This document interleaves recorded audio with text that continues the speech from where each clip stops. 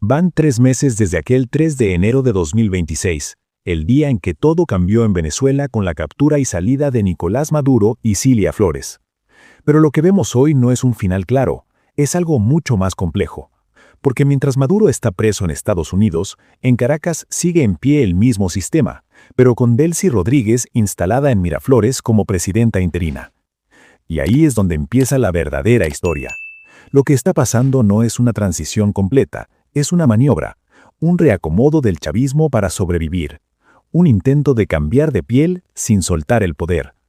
Delcy Rodríguez está jugando a ganar tiempo, está tratando de reinventarse, de mostrarse como algo distinto, como si todo empezara con ella el 4 de enero de 2026, como si no tuviera pasado dentro de la dictadura, como si no hubiera estado en el corazón del poder durante más de 2 décadas.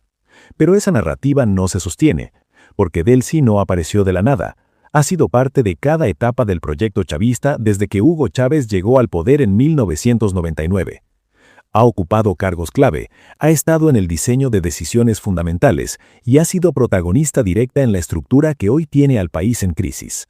No se trata solo de un cargo, se trata de corresponsabilidad, de participación en un modelo que derivó en persecución, presos políticos, tortura, desapariciones, colapso institucional y una crisis humanitaria que marcó a millones de venezolanos. Y aún así, lo que intenta ahora es algo distinto: borrar ese pasado. Construir una especie de nuevo comienzo político, hacerle creer al país y al mundo que ella no tiene vínculo con lo ocurrido, que no formó parte de ese proceso. Pero mientras intenta vender esa imagen, también ajusta su estrategia. Está tratando de parecerse a figuras de la oposición, imitando especialmente a María Corina Machado. Busca proyectarse como una líder firme, decidida, incluso respetuosa de derechos humanos. El problema es que esa imagen choca de frente con su historial, porque fue parte activa de inhabilitaciones, persecuciones y control político. Esa contradicción es demasiado evidente. Pero aún con toda la parafernalia que trata de montar el régimen para no morir, lo que estamos viendo, en el fondo, es una etapa previa a una transición. No es el cambio definitivo, pero sí un movimiento que apunta en esa dirección. Y en ese proceso hay varios actores jugando su papel. Estados Unidos es uno de los factores clave. Hay intereses económicos claros en recuperar a Venezuela, especialmente por el tema petrolero. Pero también hay una realidad imposible de ignorar. Sin instituciones sólidas y democráticas, no hay recuperación posible. Y para que existan estas instituciones, hay un paso obligatorio: preguntarle a la gente, abrir el juego democrático con el voto. En ese escenario, el futuro de Delcy Rodríguez es limitado. Puede intentar mantenerse, incluso competir en votos, pero enfrenta un problema de fondo: el rechazo popular. Mientras tanto, en las últimas horas, algo importante comenzó a moverse. Reportes indican que el aparato propagandístico del Estado empezó a eliminar la imagen de Maduro de espacios públicos y medios oficiales.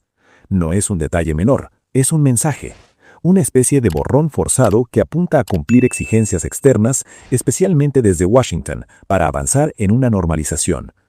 Y dentro de ese mismo proceso ocurre otro movimiento clave: la salida de Vladimir Padrino López del Ministerio de Defensa.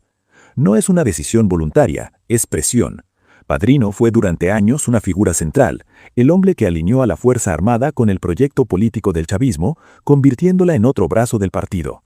Su salida no es un gesto, es una señal de que el sistema está siendo obligado a desmontarse parcialmente. Lo mismo ocurre con figuras como Tarek William Saab, cuya salida forma parte de ese mismo reacomodo. Todo esto apunta a lo mismo: preparar el terreno para un proceso electoral. Desde dentro del país y también desde fuera, especialmente desde Washington, donde se encuentra María Corina Machado, la presión es clara: elecciones. Y en ese escenario, el chavismo tendría su espacio, pero con una realidad que ya no puede esconder: son minoría. El apoyo que tuvo en el pasado se diluyó hace años, incluso antes de que Maduro llegara al poder. Y durante todo ese tiempo, Delcy Rodríguez estuvo ahí, siendo parte de cada decisión, de cada proceso cuestionado, de cada resultado electoral polémico.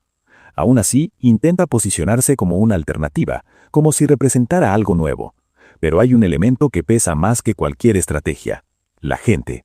El factor decisivo no es Washington, ni los partidos, ni las élites, es el ciudadano. Y ese ciudadano ya tiene una posición bastante clara.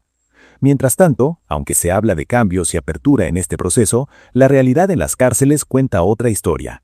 En estos 3 meses, más de 700 venezolanos han sido liberados, pero todavía quedan más de 600 presos políticos. Entre ellos alrededor de 200 militares y cerca de 100 mujeres que siguen en condiciones extremadamente duras. Eso deja una conclusión directa. No puede haber normalidad real mientras existan presos políticos. Y hay otro punto aún más delicado. Las estructuras represivas no han desaparecido, siguen ahí, activas. Familiares de víctimas y activistas como Andreina Baduel han alertado que los mecanismos de control y represión continúan funcionando, aunque con otro discurso. Existe incluso el temor de que las liberaciones recientes sean utilizadas como una especie de válvula temporal, una puerta giratoria que permita encarcelar nuevamente a quien incomode. Así que el panorama es claro. Sí, hay movimientos, sí, hay cambios visibles, pero el sistema de fondo todavía no ha sido desmontado completamente. La transición comenzó, pero no está garantizada. Y todo dependerá de algo fundamental: que este proceso no termine siendo simplemente el relevo de una figura por otra dentro del mismo esquema chavista camuflajeado, sino un cambio real, donde el poder vuelva finalmente a manos del pueblo.